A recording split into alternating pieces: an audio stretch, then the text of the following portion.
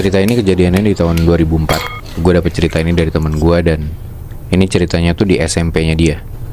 Di saat itu 2004 ada seorang satpam yang kerja di SMP itu di daerah Jakarta Selatan. Gue nggak bisa sebut SMP-nya di mana. Oke. Posnya dia itu di bagian depan sekolah, ya udah pastilah ya. Dan nama satpamnya ini Rinto. Dia tuh umurnya 26-27an lah. Emang satpam baru yang masih muda juga. Dan selain Rinto sebagai satpam sekolah, ada juga satu orang lagi nih, umurnya hampir 30-an, namanya Dadang. Nah, Dadang ini adalah salah satu penjaga sekolah. Dia kayak cleaning service gitu loh. Kebayang gak sih lo kalau misalkan di sekolah lo tuh dulu kayak ada penjaga sekolah yang emang tinggal di situ? Iya. Nah, si Dadang ini rumah atau kamarnya itu letaknya tuh di bagian sudut kiri belakang sekolah. Jadi ini layout sekolahnya ya, biar gampang lo bisa bayangin. Jadi itu dari bagian depan, dari bagian posnya si satpam ini di tengah bagian depan sekolah. Ya pasti dong, gerbang sekolah gitu kan. Lo masuk ke dalam sekolahnya, terus lo ke kanan, ke ujung, ke belakang, lewat sisi kanan sekolah. Itu tuh di belakang sekolah ada pohon bambu gitu, Muy. Nah, sepanjang dari kanan ke kiri bagian belakang sekolah. Nah, terus dari sudut kanan belakang itu lu ke arah kiri, dan tempat letak si kamar Dadang itu di paling belakang sudut kiri sekolah. Berarti di belakangnya si pohon bambu itu? Betul, bisa dibilang gitu. Okay. Jadi kayak gampangnya ya di depan tuh pos satpam, terus di bagian belakang bagian kiri yaitu ada kamar si Dadang. Tapi ya buat menuju kamar Dadang lu harus muter lewat sisi kanan sekolah. Ya, jadi nggak bisa langsung gitu loh, Muy. Nah, Dadang sama Rinto ini cukup dekat karena emang umurnya mereka nggak beda jauh kan, kayak cuman beda 3-4 tahunan lah. Jadi Rinto sebagai satpam yang baru tuh kalau misalkan mau makan siang atau dia bosen, dia tuh sering mainnya ke tempatnya si Dadang ini, ke kamarnya dia, buat kayak makan, nongkrong-nongkrong gitu. Karena si Rinto juga dia tuh satpam baru, belum setahun kerja di sekolah itu, dia tuh banyak ngobrol lah tentang si sekolah ini sama Dadang.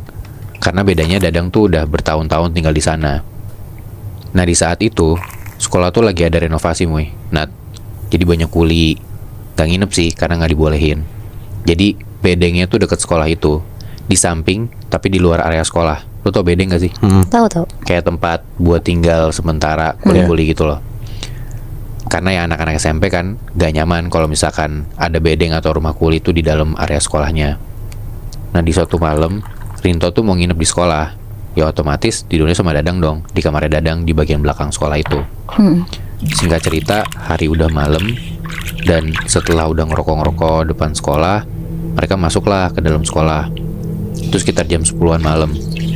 Masuk ke area sekolah, sama tuh kayak yang gue bilang tadi, dari pos bagian depan mereka ke ujung kanan dulu, lurus, terus ke belakang lewat sisi kanan, sampai ke ujung baru tuh belok kiri, ngelewatin pohon-pohon bambu yang gue bilang tadi. Panjangnya sekitar 100 meteran lah. Sekolah juga nggak gede dan nggak kecil, kayak biasa aja. Mereka nyusurin tuh pohon-pohon bambu itu, yang mana di dekat bagian pohon-pohon bambu itu juga emang lagi direnov buat bikin ruangan baru. Jadi kayak banyak kayu-kayu, banyak semen, agak-agak berantakan lah di sisi kanan belakang itu. Terus tiba-tiba pas lagi nyusurin pohon-pohon bambu itu, si Rinto ngerasa kayak ada biji atau buah kecil tuh yang kena di pundaknya dia. Jadi kayak dari arah belakang kayak dilempar sama orang gitu loh. Terus Rinto respon, apaan tuh? Dari situ tuh Dadang langsung nengok, terus dia teriak ke arah belakang, jangan ganggu. Di daerah Jakarta Selatan, rumah-rumah di dalam komplek ini tuh kayak gede-gede banget gitu, lebih kayak di daerah Senopati gitu-gitu, kebayang kan? Nah, tapi komplek ini bukan komplek buntu. Jadi kayak lo tuh bisa ngelewatin jalanan komplek ini buat motong. Jadi mobil motor pun juga bisa lewat lalu lalang gitu. Jalan pintas. Iya, bisa jalan pintas juga. Nah, di sana ada satu rumah tua yang udah lama banget kosong. Orang-orang yang emang udah lama tinggal di sana pun juga udah kebiasa lah lewatin rumah ini malam-malam. Dan mereka pun juga dalam tanda kutip ya, udah kenalan sama si penunggu rumah ini. Sesapam-sapamnya pun juga udah biasa banget kalau misalnya lagi ronda malam-malam ngelewatin rumah itu. Jadi kayak orang-orang lama yang tinggal di komplek itu udah biasa lah akan kehadiran si rumah tua yang udah lama kosong ini. Nah, di komplek itu ada 4 sapamnya. Biasanya 2 pagi dan 2 malam shiftnya. Nah, ada satu waktu di tahun 2014, gue diceritain sama temen gue yang tinggal di komplek itu. Ada satu sapam baru gitu, Bi. Nah, sapam muda, umurnya 24 tahun, namanya Agus, kita sebut aja. Oke. Nah si Agus ini baru kerja jadi satpam di komplek itu pas di momen itu ya yang teman gue cerita tahun 2014 itu sekitar semingguan lah. 4 satpam lainnya ya senior, bahkan ada 3 satpam yang emang udah jaga di sana sekitar 20 tahun. Karena si Agus ini masih baru, jadi selalu ditaruh di shift pagi sampai sore. Jadi jam 6 sore dia udah beres kerja. Nah di malam itu untuk pertama kalinya selama seminggu dia kerja di sana, dia harus masuk shift malam, ngegantiin satpam lainnya lagi sakit. Akhirnya di malam itu dia masuklah shift malam, jam 6 sore mulai sampai jam 6 pagi. Si Agus ini shift malam sama Pak Burhan namanya, umurnya sekitar 60 tahunan dan dia udah jadi satpam senior lah di sana. Sekitar jam 8 malam mereka masih di pos ronda, masih ngobrol-ngobrol sambil ngerokok, biasa ngobrol-ngobrol basa-basi.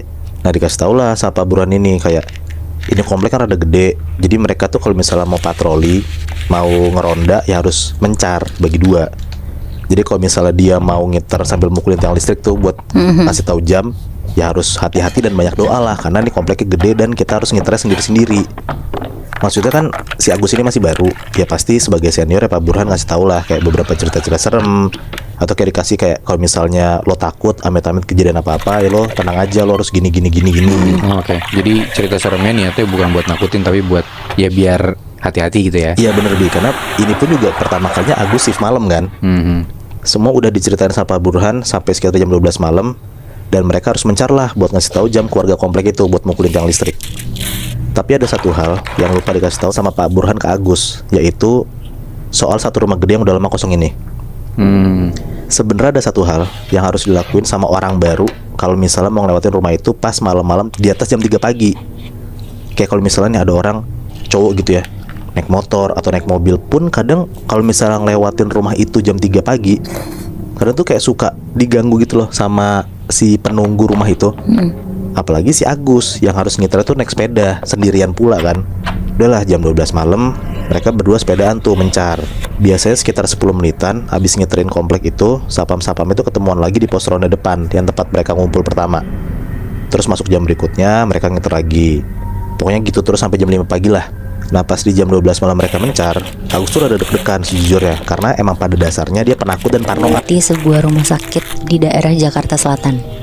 Kejadian ini sekitar tahun 2014. Kita sebut aja security ini namanya Anto. Umurnya sekitar 37 tahun. Anto itu hitungannya adalah security baru di rumah sakit ini. Ya kira-kira dia udah kerja di situ sekitar setahunan. Jadi sistem jaga di security rumah sakit ini tuh ada yang jaga di depan, jaga per lantai, sama tempat-tempat lainnya lah. Karena di rolling terus, kebetulan pada saat itu Anto tuh lagi kedapetan shift jaga malam. Seharusnya dia jaga bareng sama temennya namanya Arif. Mereka akan jaga 2 lantai tuh pada saat itu. Letaknya di lantai 4 sama 5. Tapi di malam itu tuh Arif izin, jadi gak bisa jaga. Dan akhirnya mengharuskan si Anto nih jaga sendirian di 2 lantai itu. Jadi ya paling si Anto bakal bolak-balik ke setiap lantai 4 sama 5. Nah sekitar jam 10 malam Anto mulailah jaga. Dia mulai dari ngelihat data pasien malam itu. Pokoknya sesuai mekanisme dari rumah sakit itulah. Kayak di ruang ICU itu ada berapa orang, keluarga yang nunggu ada berapa, dan lain-lain. Setelah dapet semua datanya, dia langsung jaga ke lantai 4. Nah sekitar jam 11 malam, pas banget ada OB lewat di lantai 4 tempat dia jaga. Dan kebetulan si Anto ini tuh lagi ngantuk banget. Dia nitip lah kopi ke si OB ini, minta tolong banget dibikinin kopi hitam panas. Terus gak kerasa nih udah sejam nunggu, kopinya si Anto tuh gak datang-datang. Si Anto mulai gelisah lah karena ngantuk banget kan dia. Dan itu udah jam 12 malam posisinya. Dia mau turun ke bawah juga gak enak karena gak ada Arif yang bisa gantiin dia jaga sebentar kan. Akhirnya Anto jalan-jalan lah di lorong, niatnya biar ngilangin ngantuk juga. Tapi pas dia lagi jalan di lorong, tiba-tiba dari ujung lorong tuh ada perempuan cantik banget pakai baju perawat. Lagi jalan ke arah Anto sambil bawa gelas kopi. Jadi kayak papasan itu ya? Iya benar Moy. Anto berhenti terus langsung ngeliatin perempuan ini. Tapi perempuan ini tuh jalan aja lurus ngelewatin Anto. Terus naruh kopinya di atas meja Anto. Terus bilang, "Kopinya Mas."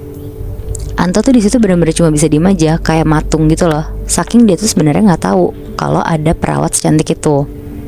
Dia lebih ke takjub gitu Moy Bi. Karena penasaran banget, Anto tuh sampai nungguin OB yang tadi lewat ke lantai 4. Ya karena logikanya kan pasti dititipin kan sama OB ini ke perawat cantik itu. Sampai akhirnya kira-kira jam 2 pagi, OB-nya tuh baru muncul bawa kopi. Terus bilang ke Anto, "Mas, maaf ya lama, tadi saya bersihin ruangan yang ketumpahan kopi dulu." Terus Anto kan bingung ya, nanyalah dia, "Lah ini tadi ada perawat cakep banget ngasih kopi panas. Udah habis nih kopinya, lihat aja." Terus ditanya lagi sama Anto, "Ada perawat baru ya?" Ngedengar itu OB-nya tuh bingung banget. Dia cuma bisa jawab, "Gak tahu sih ya mas, saya gak nitip siapa-siapa kok buat bikinin kopi si emas."